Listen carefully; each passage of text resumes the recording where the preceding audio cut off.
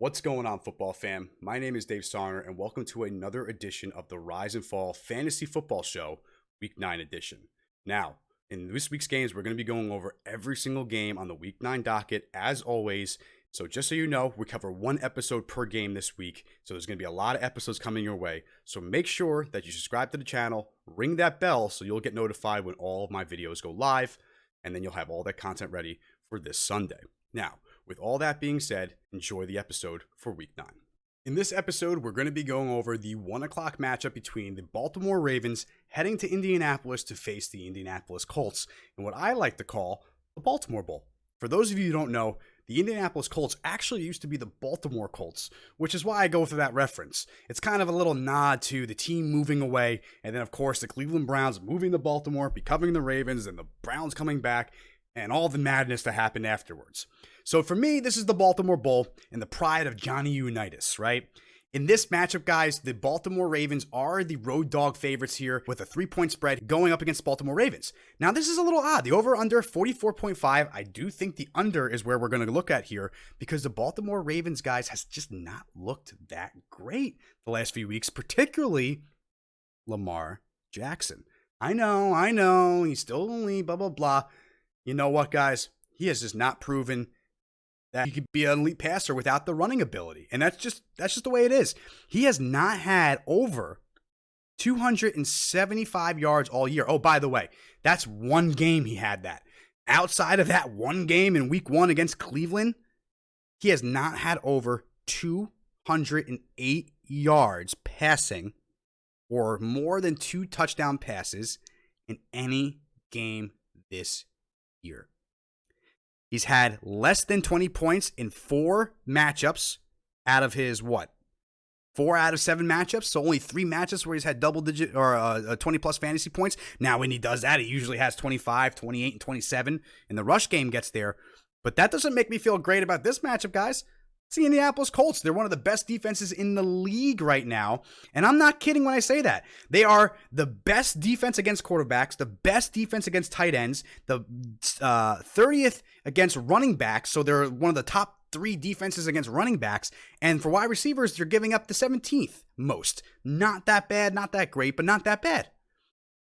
That's not good for the Baltimore Ravens, especially when you talk about Lamar Jackson and Mark Andrews being the 2 guys here that are like their studs and productive guys. This is a tough one for me to see Lamar breaking out and having the stud, runs and 30-point games and the bounce back. This is not that week. All right. I don't like Lamar Jackson this week. He does worry me and could be another one of those kind of games. Now, maybe he's listening to the haters. Maybe he's hearing the rumblings and the crowd, and maybe he's, sticks it to us this week. I hope he does. But I'm not going to bank on it. So I have at number 9 here. I have Josh Allen over him, Kyler Murray, Herbert, Rodgers, Brady, Watson, Wilson, and Mahomes all over Lamar Jackson this week. It's probably the lowest I think I've ever had Lamar Jackson on the show this season. And it's the Colts are worth that respect at this point. The secondary, there are some weird names there that all of a sudden are playing well, but the front 8, right? The front 7, really. I mean, they are phenomenal. I mean, Leonard and the run and those linemen, Buckner coming in has really just transformed that defensive line. I love that defense. I think they're extremely good. I picked them up in one of my other leagues. Someone dropped them on the bye.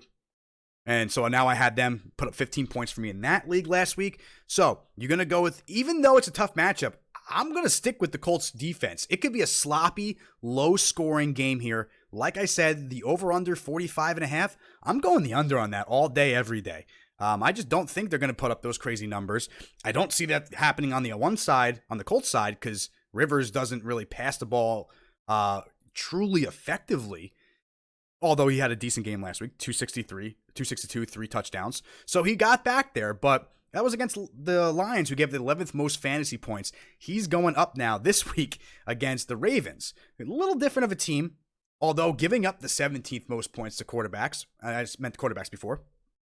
So this is not a terrible matchup for Rivers. It's basically the same as last week, so he has a chance to kind of get things going here.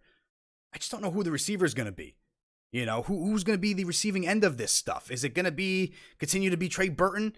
and the tight ends and the receivers are just not going to be there? Is it going to be the running backs? Because that's what it was last week. Jordan Wilkins, 19 points. Nyheim Hines, 19 points. And we'll get to Jonathan Taylor. I know. But Jack Doyle, Trey Burton, 8 points, 8 points. Receivers, guys, get this, though. Ready? Top receiver for the Colts in a 41-21 victory where Phillip Rivers threw 3 touchdowns and 262 yards was Zach Pascal with 5.9 to 44 points. I mean, that's ridiculous. Ridiculous that most of their value came from the running backs and the tight ends. So what that tells me, though, is that the tight ends is where you want to focus on for the Indianapolis Colts. The Ravens are giving up the 11th most points to tight ends this year. That tells me Trey Burton, you start him. Love Trey Burton this week. Jack Doyle might compete with Wiley Cox. I don't like the value, although all 3 of them together had 21 points total. I think the guy who's going to get like their touches and these little goal line sweep rushes as a tight end is Trey Burton because he's done that and got 2 touchdowns 2 weeks in a row off that. I like him, but he is touchdown dependent right now. So 11th most points, though, the Ravens are giving up. That would be an area that I expect Phillip Rivers to attack. I've said it before. He loves his tight ends usually. He liked them back in, Hunter Henry was a really good tight end last year when he was there. Antonio Gates for so many years. So I do like Trey Burton this week again. I don't like Jack Doyle, though. I think that this is a tough one where you're not going to have 3 tight ends getting, 5+ fantasy points, 2 of them getting 8. It's not going to happen. So just to recap from Indianapolis' side, Phillip Rivers, decent matchup here. I'm not going to go out of my way to start that, though. I think this is going to be a big defensive battle. You start the defenses in this game, and then you go with a guy like Trey Burton. I feel more comfortable about him than anyone else on Indianapolis this week, including the running backs. God, I don't know what happened, guys. I don't know what to think about everything with Jonathan Taylor. All I know is I dropped him hard on my rankings. He's at 26 on my board. It's a tough one, man. I mean, the 2 toughest positions for the Ravens is the running back and the wide receiver positions in terms of them giving up points. Not a great spot for Jonathan Taylor or Nyheim Hines or Jordan Wilkins. And with the 3-headed running back approach, if they go there, I'm avoiding it. I'm avoiding it this week. I don't like this matchup for them. Like I said, you're going to start Lamar Jackson in this matchup. But again, they're going up against the toughest quarterback defense. So why I'm saying that is because I just don't love the players in this game. My opinion, you try to keep this minimal. You can go with Trey Burton, go with the defenses, and obviously you go Lamar Jackson. I know the running backs are going to have to, but don't be excited if you're going to have J.K. Dobbins or Gus Edwards starting. Now that's going to be more of a split, it seems like, and we saw this weeks ago, and then J.K. Dobbins disappeared. I'm not touching it. The one guy I will touch from Baltimore, though, not Mark Andrews, because we said it, Colts are the top tight end defense against tight ends and quarterbacks. So I'm not going to go after him, but I do like Marquise Brown. The one area we did say where the Colts are a little weak, not that weak, but a little weak, is at wide receiver. Marquise Brown could get a big play here or there. He is their number 1, and he had this little, complaining about the touches thing this week and targets or getting the ball more. Maybe Lamar gets that to him this week. When I notice when receivers do that, most of the time, they tend to go off. So I'm going to have Marquise Brown as my sleeper in this game, and not much of a sleeper, but I do like him as my top fantasy option on the offensive side for Baltimore. That being said, start Lamar. You're going to start Mark Andrews if you have to. It's going to be so tough, though. So tough. And I don't expect him to have a big game. I don't like the running backs of the Ravens. I don't like anyone else. I like their defense. On the other side of things, I'm fading out the running backs. Ravens 29th against running backs with that triple whatever's going on there. I'm off on that. Phillip Rivers, decent matchup. I'm not relying on it. Colts defense, you start. You can start Trey Burton. I like the matchup there. And I don't like the receivers.